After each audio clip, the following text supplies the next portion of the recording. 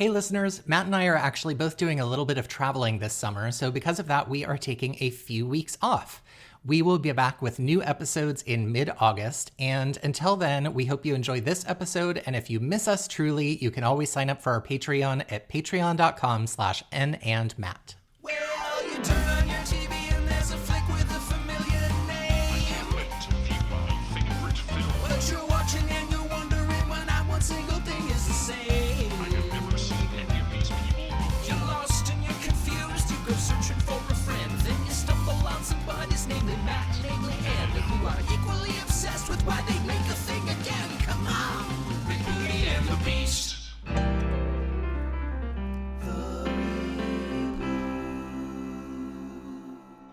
Just have a martini, pop a pill, and fuck my husband. Everyone else does. Welcome to Rebooty and the Beast, a podcast in two parts. I'm Matthew Molinaro. Matthew, and I'm N. Burke. In the first episode, we review an original piece of media, and in the subsequent episode, discuss the reboot. And this is a reboot episode. Oh my gosh. Yeah, Matthew, I feel very official today. I call myself Yeah, Matthew at work. apparently. So. So last week we discussed the real experience of Swept Away, and I would say the reboot was An experience of equal magnitude. For different reasons. there. That's fair. I like that. An experience all its own. I certainly am swept away. Yeah, I'm swept away in the same way that something that gets, like, washed ashore is swept away. Yeah, like Ariel in The Little Mermaid when she gets washed up on the rocks and ends up wearing a, like, fucked up sail. Yeah, or like, you know, the corpse at the beginning of an SVU episode. One or the other. Yeah, one or the other. So this was 2002, starring Madonna and the son of the actor from the first movie, and that's pretty much it. I mean, Elizabeth Banks is in it for no apparent reason. And? Jean Triplehorn. Yes! Yes. How could you forget? I was like, what are they doing here? I didn't really recognize any of the men. I recognized them all. They all looked so familiar, and then I looked them all up, and they all have been in things I've seen, and that's kind of like my level of knowledge of them. I'm sure they're all famous in their own right. Bruce Greenwood, Michael Beatty, and David Thornton. Do you think Michael Beatty is related to Warren Beatty? I'm assuming so. One of them did look really familiar, though. I wanted to just look him up really quick, because I was like, oh, this is something interesting. The guy, one of the other boat goers, is the husband of Cyndi Lauper. No kidding. David Thornton. I think he's the one with the longer hair. Okay. Slicked All right. back. Well, the more you know. The more you know. I did see that as a strange thing as I was looking up these actors. I was like, okay. Oh. But yeah, Interesting. It's a interesting small cast. 2002. So I was like, you know, we're gonna get an update. So Yeah. we did. And I just thought, like, we've said it when we did this last week. We posed this question, and maybe we can pose it again at the end of this episode. What about the original film? What about the original film would elicit a filmmaker or a creative mind to say, you know what, reboot? I truly am. The only reason I can think of doing a reboot is if you wanted to critique the, you know, because the claims were like, oh, it was a commentary on class inequality, whatever. Right. And obviously we and many other people had the criticism that it was like intensely obscured by all the misogyny in it. Mm-hmm. And so I would argue the only reason to reboot it was if you did that more effectively while removing the obscuring factor of misogyny. Right. I agree. I think the only way to redo it is if you've seen the original and you are so outraged and horrified that as almost a thought experiment, you want to see what would this look like if we did it correctly? Would it be an interesting movie? How about casting a man instead of Madonna and not making it a love story or anything like that at all? How about casting a man or two women? What's that? Or two women? Or two women. How about that? how about something totally different? And then you actually, explore the topic and further the discussion, on an island with some coconuts. Yeah. But, well, we'll talk about what this one did. I obviously had not seen it before. I'm assuming you had not as either. As well. I had not, no. Either as well. So do you have the little summary? Yeah, just one more question. What Okay. was your, do you remember when this came out? I mean, I remember, yes. I don't remember reading much about it other than, like, hearing it was terrible. Right. I remember when it came out because I was a little, closeted gay boy in high school. And I loved Madonna. Mm-hmm. Love Madonna still. But I remember being like, ooh, Madonna in a movie. Okay. But then I remember it, like, tanked her career. As a film literally, star. one of the pieces of trivia is this is the final feature film in which she has a starring role because it was so badly received that people theorized this is what killed her acting career. Oh my gosh, Evita was before this? Yes. Wow. Yeah. Well, all right, let's dive in. I do have the little summary. Okay. A snooty socialite is stranded on a... Oh, hold on. Sorry, my computer thought I said the S-I-R-I word. Oh. And it interrupted me. So you might have gotten all that, but I didn't. So, all right, the summary. A snooty socialite is stranded on a Mediterranean island with a communist sailor. Okay. Some alliteration, and definitely a strange take on this film. Yeah. Well, so, I mean, it opens differently. It's got people getting on a private plane to fly to wherever they're going. I think they're New Yorkers this time. They're not Italians. What were you going to say? I wrote down that it had opened, like, literally, if you put it on... You didn't even have to put it on mute. It was like a cologne ad from the 90s. Yes, For but a with long the time. music...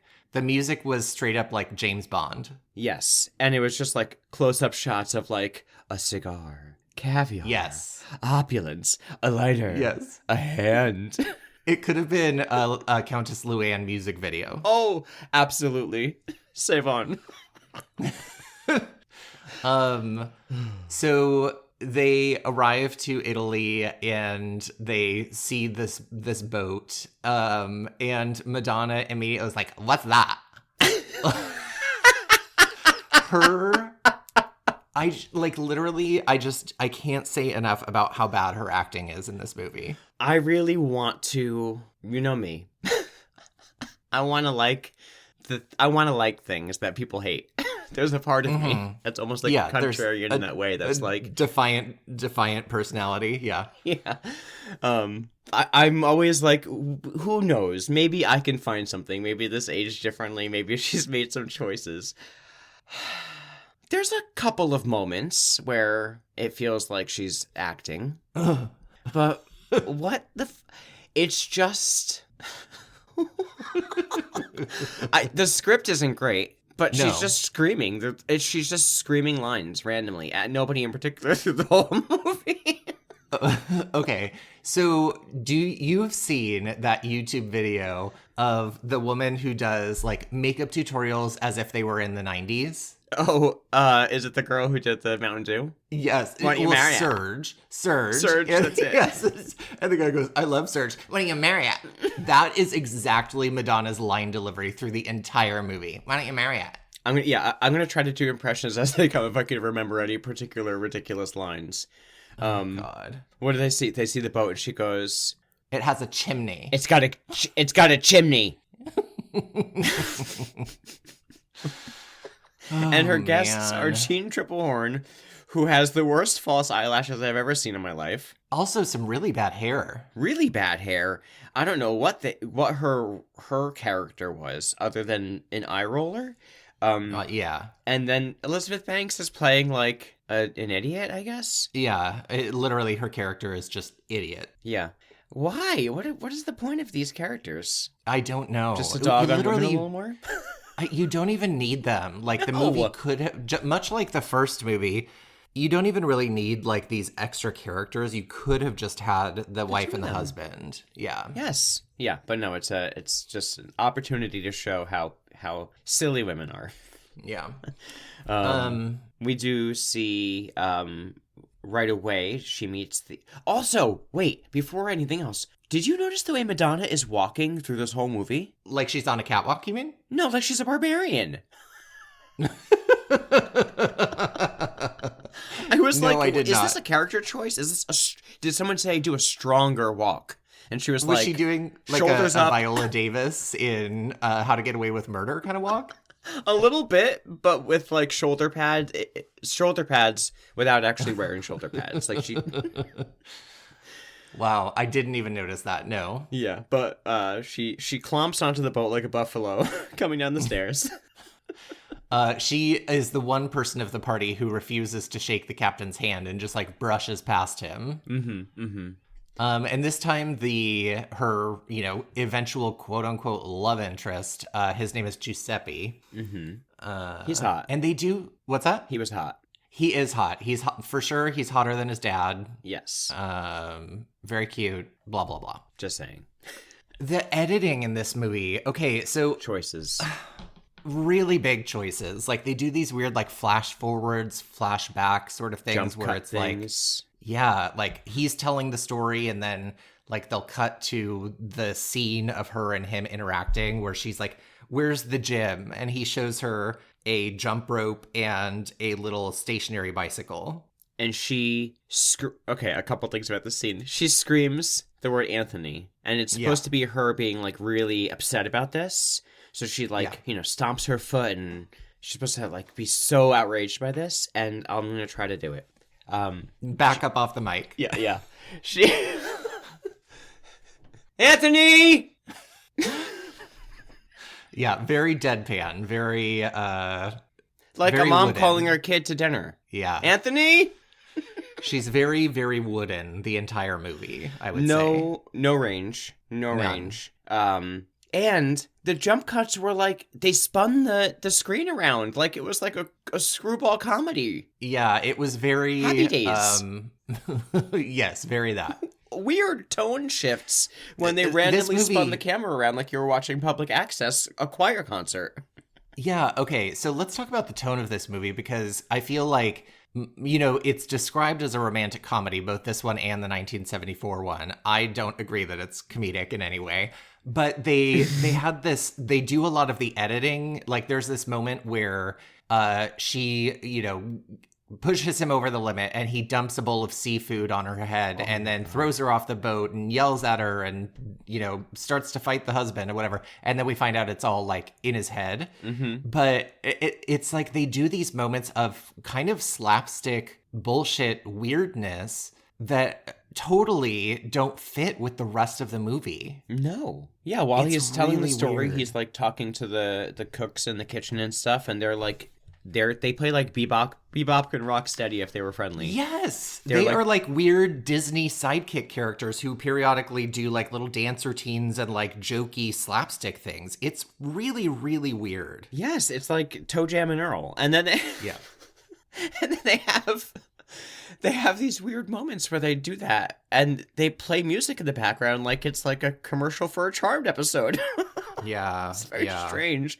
And then they shift immediately back to her being like an angry guest on a charter and screaming at them. A lot more swearing. Yeah. Well, actually, it's hard to say because I was reading the swearing last time. I guess the language was in this one, for the most part, toned down. I don't know about that. I mean, maybe a little bit, but Well- it was still, there was a lot of the B word. The there B was a word lot remained throughout, for sure. throughout. Yeah. But the creativity with the words they used for women was definitely toned down. Yeah. Yeah. She's so gross. Like she's so awful in this movie. And maybe she was awful in the first one, but I feel like she was Likeable in snooty in the first one, but now she's just snotty. Yeah. And in the first one, it- she felt like there was something redeemable from the beginning. Right. In this one, she's just an awful person. Yeah, just mean, just straight up mean to everybody. Just straight up mean. Never Like, nice to anybody. She hates her friends. There's a part in the movie where the guys are talking about how she and her other friend need to lay off of the other one because they're mean. They all hate each other. Yeah.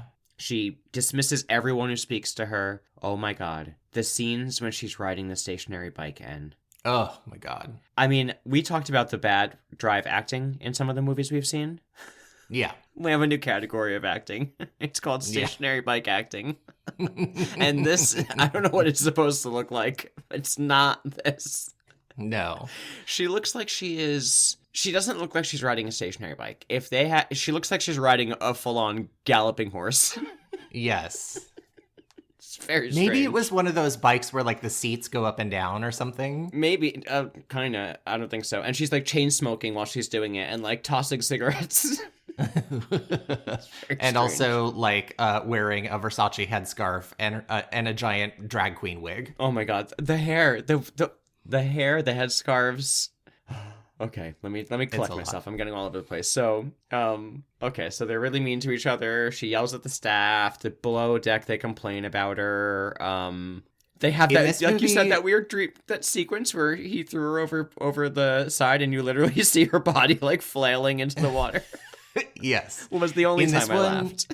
In this one, she like the main way that she's mean to him, or one of the main ways, is constantly calling him the wrong name. So his name is Giuseppe. She calls him Guido. His nickname is Pepe because it's Giuseppe, and instead she calls him Pee-Pee. Mm-hmm. Nature boy. Nature boy. That was a big one. Yeah. Let's see. She says, whistles at him. Oh my God, one of her lines. I should have made this my opener. One of the ways they show that she's a monster, is while she's talking to someone about like the rich and the poor. They're much more ham-fisted in this movie. They knock you over the head with it. The pseudo-intellectual babble is totally gone. It's just, I hate poor people kind of thing. No, yeah. She says that the poor, the like lower class should, what's stopping anybody who doesn't have money from getting a job? And they're talking about like a blind community. And she goes, you don't need eyes to bake cakes. Go be a baker. I literally have that one written down, and if I had been in charge of the quote, I would have picked that one. That I was really close to finding the, I didn't even think about it. My other line was going to be about the fish later on. But I was like, we get it. She's a total nightmare. Yeah. More biking like a gorilla. I'm sorry. We need to address something very important. I'm ready. So in one of the scenes where he is complaining about Madonna to the cooks and the sous chef in the kitchen, he's talking about how she's crazy or whatever, and he says she needs a checkup from the neck up. And I was like, what are we doing? Why are we doing like 1993 middle school slang phrases in a 2002 feature film? When I was looking back for lines and I saw that, I didn't catch it when he said it in the movie. But when I was looking back for lines and I saw that one, I was like, who said this? Also, I'm trying to figure out how exactly to describe the single facial expression that Madonna manages to pull during this movie, which it's as though it's like she's smelled a fart or she's baring her teeth. It's like she's baring her teeth while smelling a fart. The look she gives, you're talking about the one where she's like angry at the servers, or I mean, sorry, I have to collect myself because I'm imagining it. You're talking about the one where she's angry at the staff, but it substitutes for many other reasons, unfortunately, throughout the movie, right? Yeah, I mean, she's either dead-faced or baring her teeth and smelling a fart. Those are the two facial expressions her face makes in this movie. It's kind of like she's been accused of being the one who farted, maybe? That's pretty accurate, yeah. Like there's almost like you've accused me of something look. It's almost like an animal when they're about to pounce. There's a feeling that she's about to pounce. She's about to be in pursuit. Her teeth are definitely exposed. It's definitely the London look. It's a lot. It's not intense. Yeah. It's not intense, but it's off-putting. Yeah, it's very off-putting. And they do it a lot. They focus on it a lot. Every outfit she's in, you've seen her making this face. Please make it our social media. Oh, 100%. No doubt. Okay, so also there's this whole scene where, you know, she hates the fish that he's caught, so she's gonna prepare the fish or get the fish for the boat or whatever. And I'm gonna say some words that I don't love, where he refers to her in front of her as a fucking bitch, and she's like, what did he just say to me, to the captain? And he's like, the captain says like, oh no, he said Fu King, this fish is called Fu King. And I'm like, what? Honestly, what are we doing here? We're 9. What is this writing? We're 13. This is a Disney Channel Disney Channel episode of iCarly. Honestly. It's like not even Disney. What did you think of the weird scene where she like traps him in a hallway with a fish and like is like, don't you want to dance with me? Oh And my god. What are they was doing? that? So I don't know. They're making pretty much the same choices. They're doing it in a different way. At least Madonna's not screaming at a decibel level so loud with her husband through the whole movie. Most of the time. Yeah. True. Like the first one. So they're kind of following the whole same vibe. Then they randomly do that. He's walking through the hallway. By the way, the boat is, it's a, reasonable sized boat. But when they're inside in this scene, they look like they're like literally in a cruise ship. 100%. A hallway of a cruise ship. I don't know where in the boat this is supposed to be taking place. But right, they but have there's like 20 doors. Yeah, it's like a hallway of a hotel. Yes. And she stumbles out of her room. She's doing fake acting to pretend like the boat's moving. Another piece of physical acting that is just mwah. And he's walking through the hallway with a fish the size of his entire torso.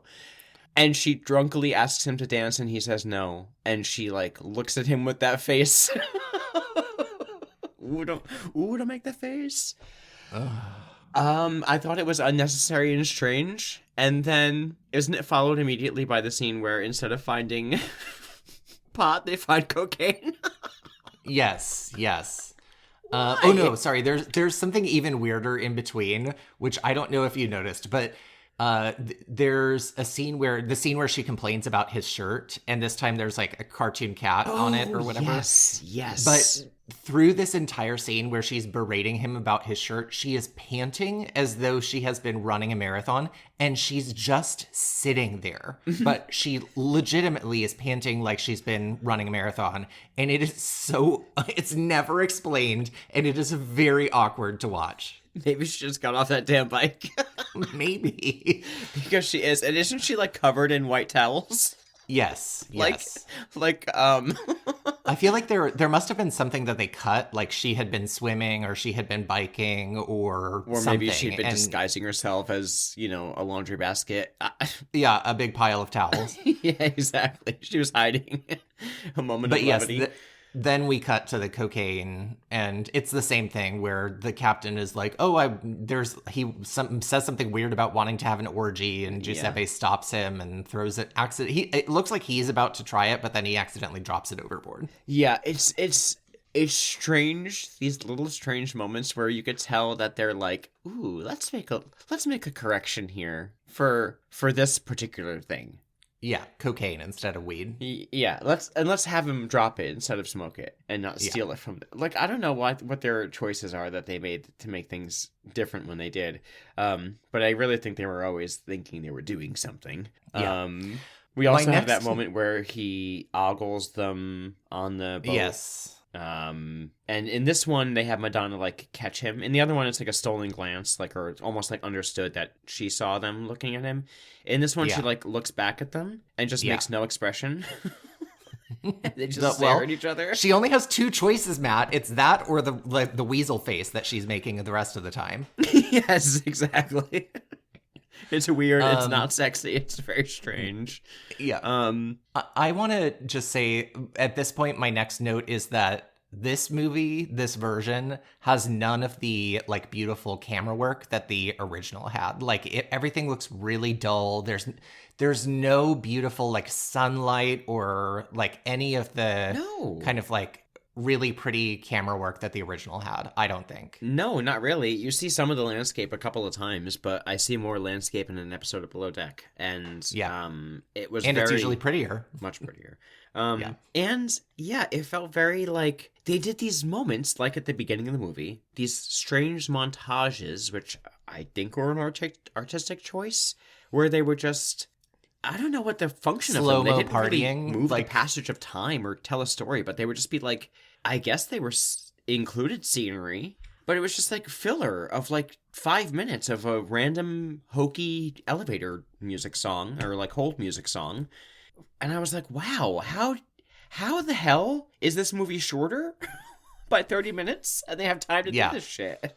Well, I mean, yeah, they just do these weird things of that everybody like partying in slow-mo and like Madonna Barbarian walking up and down the boat while everybody else is like having a good time, Oh my and God, Giuseppe yes. is like staring at her. But She then looks we like she's finally in get hot to pursuit to like yell. She looks like she's the supervisor of the boat, yes, and she's on hot pursuit to just yell at everybody on the boat. she's full Captain Sandy, looking to see if the crew has put out the inflatable slide. Absolutely, but how dare you? How dare you compare Captain Sandy? You're right. That was not fair to her. So then we finally get the dinghy, like, take me out to the caves. Where is everyone? Mm-hmm. Are you scared, nature boy? Mm-hmm, mm-hmm. And just like the first one, the engine dies. This, although, okay, I feel like the first one was very obviously shot actually on the water, and there's a good amount of this movie that looks like green screen to me. Yeah, it was very distracting because some of it, I it wasn't, obviously, but some of it was... Do you not think so? Some of it, I think, was not. Oh, yeah. Some of it was not, but I do think there was green screen in this Oh, movie. yeah. It was very disorienting because you'd be in a scene and it would be so obviously they were like in the water or like, you know, on the beach and stuff. And then all of a sudden, within the same scene, they'd flash to them in some sort of like vast, very obvious green screen and then oscillate between the two in the same Yeah. scenes. It was very jarring. Yes. And it was 2002. It could have been better. Yeah, it could have been better. Did you notice at one point, by the way, I don't know when this happened, but they were all dressed like Gilligan's Island characters. Oh, I didn't. No. All the her and all of her friends all were like, pardon me, were all like in Gilligan's Island garb, and I was like, oh, I see what they're doing. They're gonna get stranded soon. So they're doing a Gilligan's Island thing, but I couldn't tell if they were making Madonna Ginger or the millionaire's wife.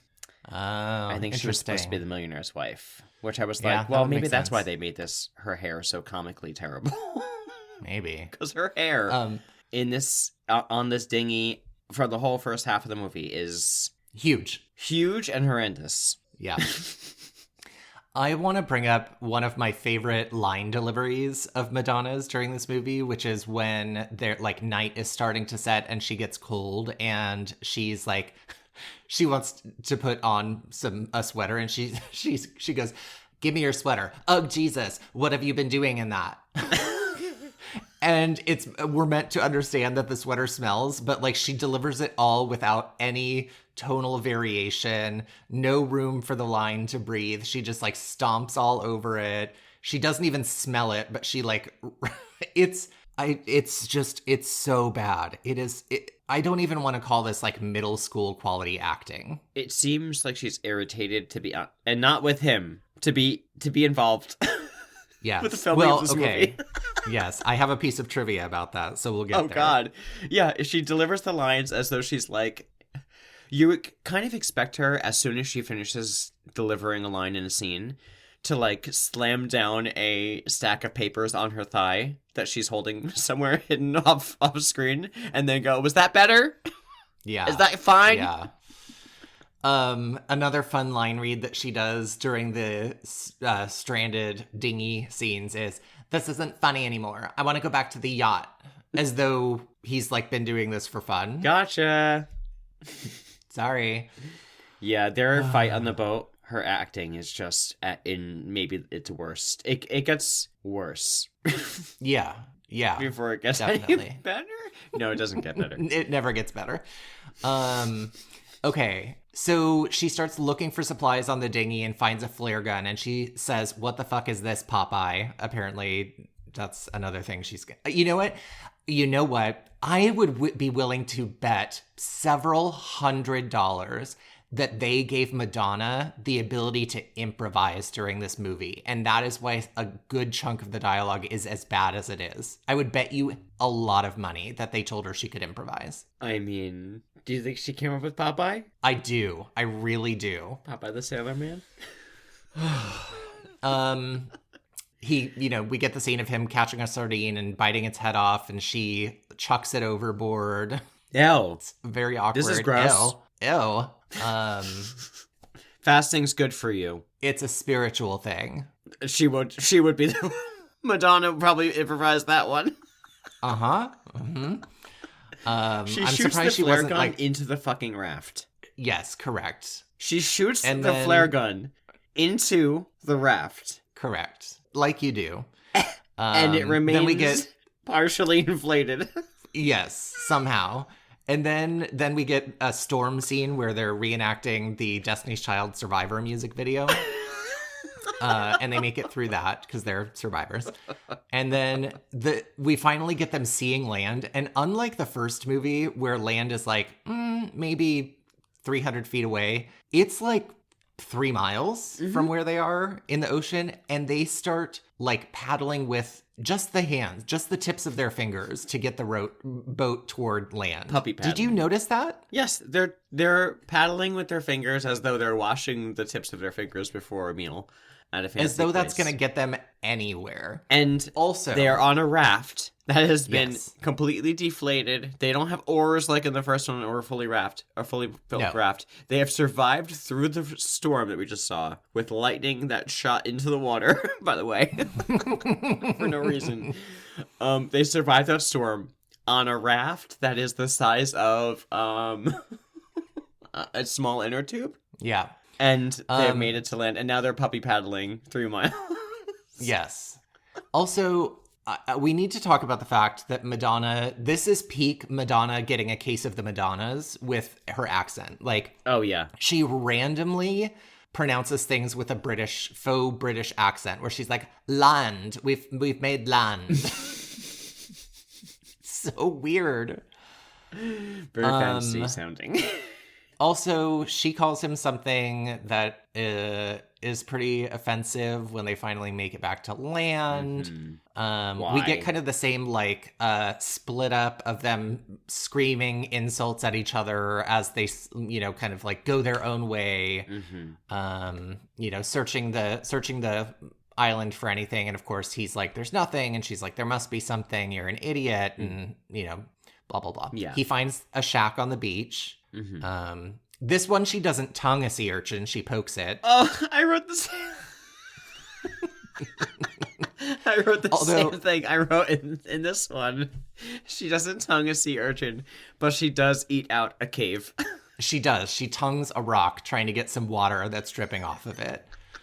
And like I'm not kidding. Like there's some real action there. I mean, She's spelling Her the alphabet tongue? on the cave wall. her tongue is doing more movement than her face does the rest of the movie. Her tongue is doing more movement than Britney Spears in any music video ever. 100%. So, he catches the fish, he catches the lobster. She says, I'll have you arrested for letting me starve. We don't even get the good line about, like, there should be a law against that. And if that were true, all the rich people would be in prison. So we're not even doing as good of political commentary as we were doing in the first one. And then, as I was kind of like, surely they're not going to do the same thing they did in the 1970s movie and have him beat the absolute shit out of her like the first one. But guess what? They do. Okay. So they have him slap her. Yes. Like at this point and give her all like the rules. I'm the king of the castle and you'll do what I say. Call me master. Yeah. He slaps her like maybe 3 or 4 times Mm-hmm. in this sequence, and then tells her to wash his clothes and does a lot of the same things. He still makes her sleep outside and accuses her for when she says like I want to sleep inside. He says like, oh, you just want to sleep with me, and she says she'd rather fuck a pig, and he Fuck a slaps her pig. again. Yeah. clean my room, help me with the fish. And they do. So it's like, okay, so I'll stop there. Because there's also, like, after this, he kicks and pushes her, too. Yeah. So there's still more assault, and there's still, like, kiss my foot in some way. And there's still, like, a lot of the same things. She still watches him brutalize an animal in some way. She still is shamed for thinking that's not okay. We'll get to the... we'll pause there, because something truly Insane happens. Spectacular happens soon. But... Yes. So, just a critique on overall what I imagine they think they've done. Okay. I imagine they think, okay, we have really toned this down. So, we've done a great job. Because instead of him beating the living shit out of her, 45 times, we're going to bring it down to 10. Right. And instead of, seeing him kill the animal, he's already got the dead animal in his hand. And instead of it being furry, it's a fish. Yeah, an octopus or something. And, he doesn't say a lot. He doesn't recite the same obvious rhetoric, misogynistic rhetoric. He's not as obvious in the way he says it. Like, he still says, I'm the master and all this stuff, but they leave out a lot of the, like, colorful language, I guess. Yeah. And I think they think we've done something there. Yeah. And also, like, it's more, the work seems semi-collaborative. Like, somewhat, maybe. Like, he gives her a shred of dignity for a moment before there's an illusion of dignity he gives her. Yeah. But it's just the bare minimum, which is almost worse. Yeah. And I just think, okay, so... if your point of this movie was to make the change, if you recognize a change needs to be made because that's terrible, why did you include it at all? Why? Yeah. For what? Yeah. For what? It was just. It's the same. So it's less. bad. I didn't have to fast forward in this one at least. However, it's the same fucking thing. You're doing the same thing. And it's one of those things like they're both terrible, so it's like comparing terrible things, but it's almost more disappointing that a movie in 2002 thought that this was acceptable. Right. What was the point? And again, I'm not saying it was acceptable in 1974, but I do feel like there was a cultural awareness that was undeniable. There would have been a shame factor instilled at least. Yeah. And we'll talk about, I have thoughts about just like the idea of like what they decided to do with this movie at the end, but this is a big part of it. So yeah. Now. Okay. So are we about to talk about the dance scene? Of course we are, because that's the next note I have after Serve Me the Octopus, dire work, kiss my hand. Okay. Yeah. Now he says dance for me because he's doing the whole like, oh, you were being sexy on the boat. Why not do it now? And so I appreciate that they deviated from the like, take your clothes off and be naked for me for this moment. Well, we get that a little later on. Sure do, but sure. But instead, what do we get? We get a full, like, Ricky Ricardo big band, she's in an evening gown hallucination performance where, okay, sorry, let me back up. First he says, dance. She says there's no music. And he says, make some, sing as well. And so she does a little 1-2 step and shrieks in a completely unintelligible song. And then he's like, no, sing better. And she sings still really, really bad, but ever so slightly better. And he starts to kind of like fantasize that it's this big band evening gown performance, which I will say was so, again, jarring and out of place for this film. But this was Madonna's best moment in the movie, mainly because she's dancing and she's a much better dancer than she is a singer or an actor. It sure is her best moment in the movie, I'll say that. I couldn't believe what was happening. I felt like, oh wow, this is the early aughts for sure. It felt like it felt like The Mask. It felt like Jim Carrey's The Mask in some ways. It did. It was like Jim Carrey's The Mask. It was like Lady Marmalade. Yes. It was like there's a movie called Nine, which is a musical that Kate Hudson does a musical number in. It felt like that. It felt like, what is happening? And The song, what was this? Was it Come On to My House? Was that what it was? Yes, come on over to my house. My house, so come on, I'm gonna give you yeah. whatever. I'll give you whatever you want or something. Yeah, I think it's Delarice. She, first of all, the singing at the beginning that she does before that sounds like this. Which, is presumably what she was doing the whole time while he was fantasizing about this. Let's just remember that. Listeners, Matt is not exaggerating. It sounded exactly like that. 100%. I mean, I cannot have done a better impression if I tried. And then her music video, because it's a straight up music video, or an Old Navy commercial. It was weird. It was very strange. And it's her lip syncing. Not even Madonna, not even like a to her own track. They didn't even like master a Madonna track. It's Delarice, Come On to My House or whatever. And all I have to say about the whole performance, other than what you said, is that it's just a lot of her opening her mouth. Like, I imagine her direction in every single scene in this dance sequence was open your mouth wider, open your mouth, look shocked, breathe in, okay, inhale.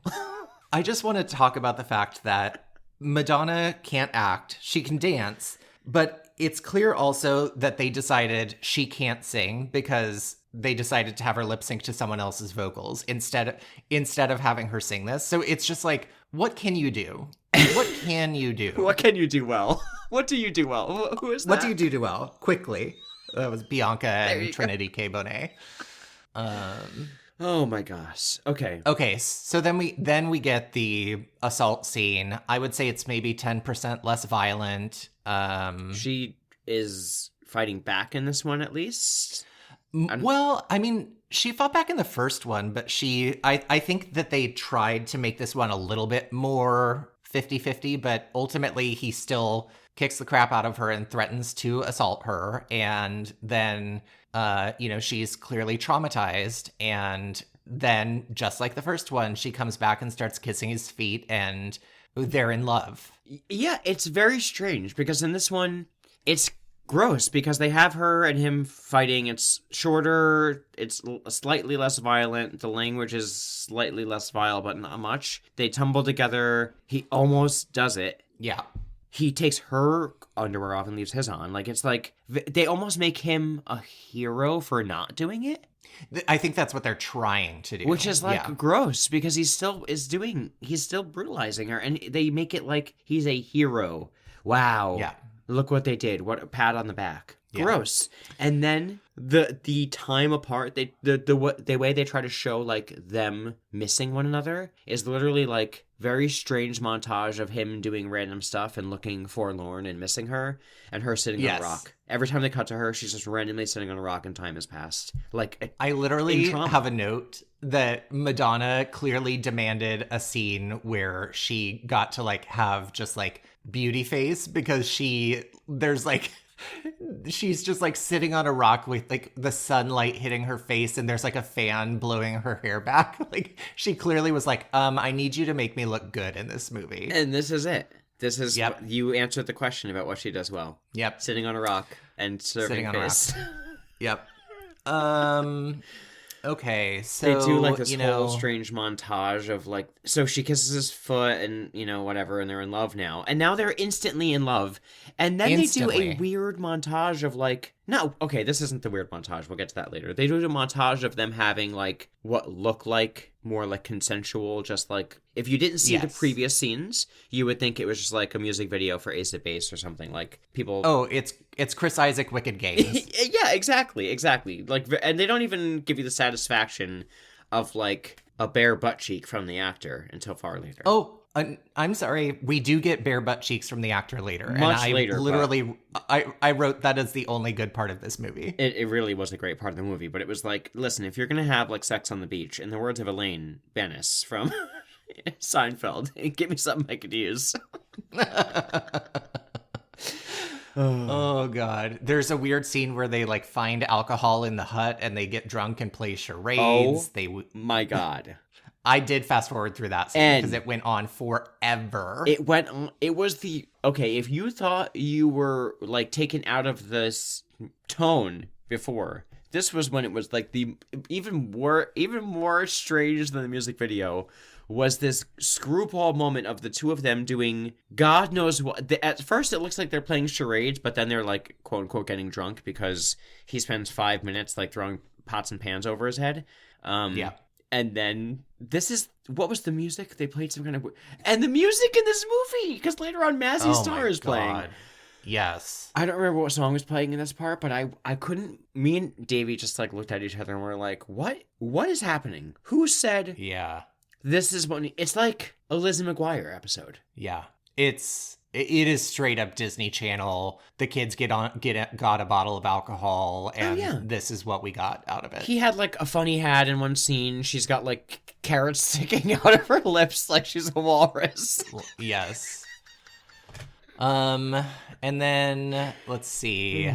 We get a scene where she catches an octopus, and he says, "I catch the fish. You're supposed to cook them." So we're still getting the same misogyny that we got in the first one. And we do get a line, much like I feel like that rabbit you killed me, where she says, "What have you done to me?" But then she like playfully throws the eggs on him and they have a little chase game and it's like cute and they're in love. Yeah, it's a lot of like cute. If from this moment on, from the initial like assault on the beach on, it literally becomes another new movie. It becomes a romantic, trying to be romantic comedy, but a semi-romantic, strange, non-comedy social experiment on a beach. Yeah, it's very strange. Now they're like in love and they have a sweet relationship. There's no more attacking each other. They're making a net. They're like weaving a net on the beach out of who knows what they found. Also, there's a weird surreal moment where they're like cuddling and then they're floating in the sky. My God, I forgot. I just got to that note where I wrote, there's a scene where they're floating in the air, like they're Fiona Apple in Never Is a Promise. Across the universe. Oh, Never Is a Promise, yeah. They're literally floating in the air like Olivia Rodrigo in Vampire. She's wearing... I guess they... Oh, the sunglasses. Yes. In one part earlier in the movie, for no reason, he puts on these sunglasses, and I think it's supposed to be funny because they're shaped like stars and they're pink and glittery and it's too small for his head. So, well, they're just like everyone. If you were alive during the 90s, you remember the sunglasses that Carl's Jr. gave away. That is what he is wearing in this movie. And now, and I think it's supposed to be funny earlier in the movie. It feels strange when he does it, even then, because where did these come from also? And now in this moment where Mazzy Star is playing and they're like floating in the air, like above above the earth, she is staring out into space with these star glasses on, and one of the lenses is missing, and she looks like a child in wonder. I don't know what they were doing. What happened? Yeah. What happened? Well, so they're in love, and then, they see a boat the next day, and she's like, let's hide. And he's like, I want proof. I need proof that you really love me. And so they get rescued, just like the first one. And we kind of get like, he's not married apparently in this one, unlike the first one. We never see his wife character. Yeah, they really cleaned his character up as much as they possibly could. As much as they could. Well, I Well, mean, they could have as done much a as lot they thought more. they needed to. Exactly, yes. And, the husband tries to give him cash, and so he buys the ring like the first one, and he calls her at the hotel, and they say they love each other, and she's like, tell me what to do and I'll do it. But then there's this weird, like, nothing of a subplot of, like, the husband sort of realizing there's something going on. Yes. Because this time Giuseppe leaves the note for her on the directions to the boat and the giant diamond ring in an envelope with the concierge at the hotel. And the husband like spots it and like doesn't give it to her. So I was so pissed at how this movie ended. I was pissed the whole time, but I was extra pissed because in the first one, she chooses to leave him behind, right, which was the correct fucking choice. And in this movie, they took that choice away from her. Mm-hmm. I was so angry. It was so... And it made no fucking sense, this subplot. Because... None. We'll skip ahead to when he grabs the note, because they do the whole fucking non-suspenseful scene with the fucking letter at the concierge. I sound like Madonna with the F-bomb. What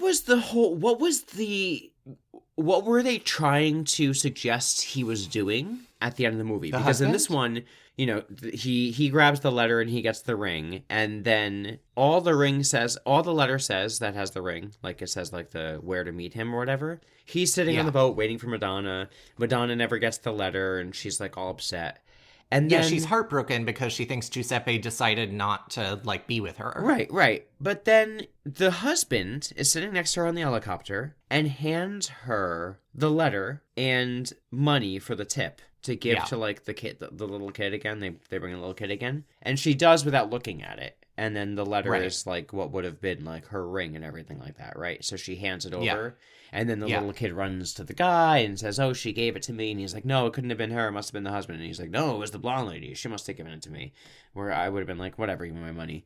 And then he, like, dramatically runs to the fucking boat. Helicopter. And they have that really fucking cheesy cornball scene where he throws the ring. And then we follow the ring through the air into the water. And it becomes the heart necklace from Titanic. 100%. Yeah, I think that the whole thing was like he realized what was happening, that she was in love with this guy. And so like he made her hand the envelope to the bellman, knowing that he would take it back to Giuseppe as a way of like basically making Giuseppe believe she had chosen not to be with him. That is really supposing a lot. It's really supposing a lot. That he's going to hand this letter to her and she's not going to be like, what is this letter? Right. He was hinging everything on the fact that she was going to be so distracted that she wasn't going to notice the letter. There's a million... He could have put it in a different envelope. He could have done a million things. It was very strange that happened that way, and that was the husband's plan, because it was a strange plan to do. And then again, it was so dumb. And then also, another thing. In this updated time in 2002, if she really, like, missed him, she could, like, pull her cell phone out and call. Right. And then, like... Because it's 2002. It's okay. Like, we have contact. So, this whole thing is... There's really nothing at stake. Yeah. With this, like, leaving on the helicopter. Like, she could just call. Do you want a couple of fun pieces of trivia about this movie? Are they actually fun? They're funny. They're funny to me. Okay. Okay. So we already talked about how this was Madonna's last starring role, because this film is believed to have killed her acting career. But apparently when the studio screened this movie for the director of the original movie, she supposedly left the theater at the end crying out, "What did they do to my movie? Why did they do this?" I did read that, which I do understand, but at the same time, lady. Honestly, I know. Get a grip. Get a grip. Your movie sucked too. This movie swept the Golden Raspberry Awards of 2003, winning 5 of its 7 nominations, including Worst Picture, Worst Director, and Worst Actress. Not surprising. And it would later earn Worst Drama at the Razzie Foundation's like first 25 years and Worst Picture of the Decade in 2010. And then my favorite piece of trivia, which this is, I said I would come back to this, is when asked why Madonna, his then wife, was cast, Guy Ritchie reportedly replied, "Because she was cheap and available." Oh, God. God damn. Monstrous. Oh. Wow. What a movie. What a movie. And I don't understand. Okay. So we talked about reasons why you might redo this movie. And they did none of them. They didn't.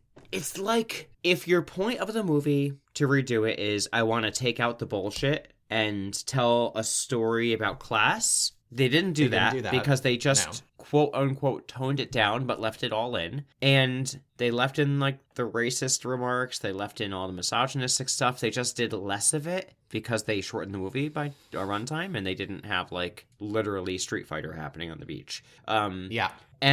But you still did all the same thing. And you didn't actually have a conversation about class, or you certainly lost that whole part of it completely. Yes. And so if you've completely discarded the whole point of that and made it more, you seemed to be trying to gear it more towards a romantic type, swept away, what do I do with my ordinary life and whatever kind of thing.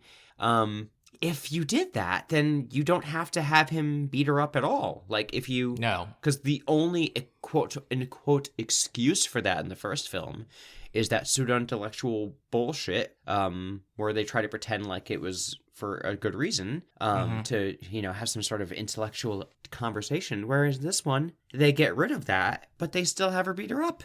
Yeah, they took literally all of the redeeming qualities of the original film, which were not many, removed those, and then added more bad stuff. Yeah, and they kind of, and it kind of annoyed. I'm happy that they toned it down. Obviously, they toned it down from the first. Yeah, but slightly. It's not great because they just sort of did it in a bad way. They like tidied it up and made it look more quote unquote presentable, but they left all the same shitty stuff and they left it as like overarching themes all the way up to like straight up assault. The message literally is it's still okay to slap a woman around. You just can't be quite as brutal about it. Well, it's got ratings. IMDb 3.6. Rotten Tomatoes tomato meter 6%. Are you kidding me? The audience meter was at 28%. Oh my god, amazing. Yeah.